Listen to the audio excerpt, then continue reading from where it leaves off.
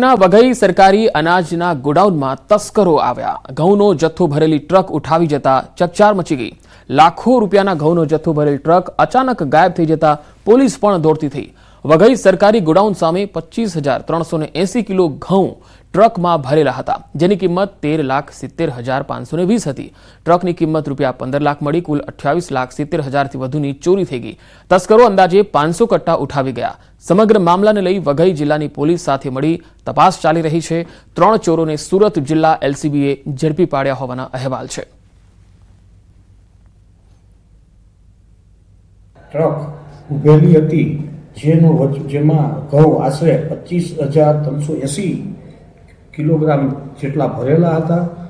તેની કોઈ અજાણ્યા ઈસમોએ રાત્રિના સમયે ત્યાંથી આ ટ્રક ચલાવી અને ચોરી કરી ટ્રક તેમજ ઉપરોક્ત મુદ્દામાલ લઈ ગયેલ હોય તે અંગેની ફરિયાદ વઘઈ પોલીસ સ્ટેશનમાં દાખલ થયેલ છે।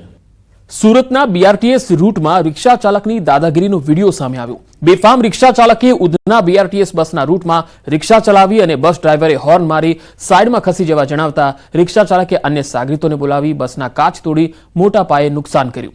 ઉધના 3 રસ્તા નજીક રિક્ષા ચાલકે મુસાફરો ભરેલી બસમાં તોડફોડ કરતા પેસેન્જરમાં ભયનો માહોલ જોવા મળ્યો। જો કે સમગ્ર ઘટના બીઆરટીએસ બસમાં લગાવેલા કેમેરામાં કેદ થઈ। સીસીટીવીના આધારે પોલીસે હાથ ધરી છે તપાસ।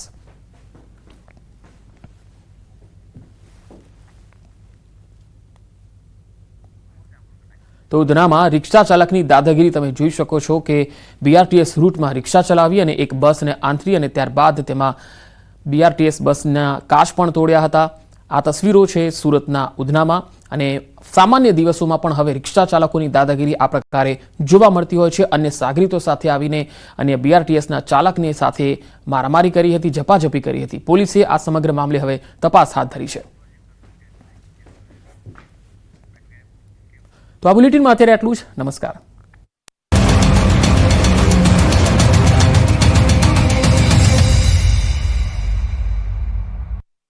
મુથુટ ફાઇનાન્સ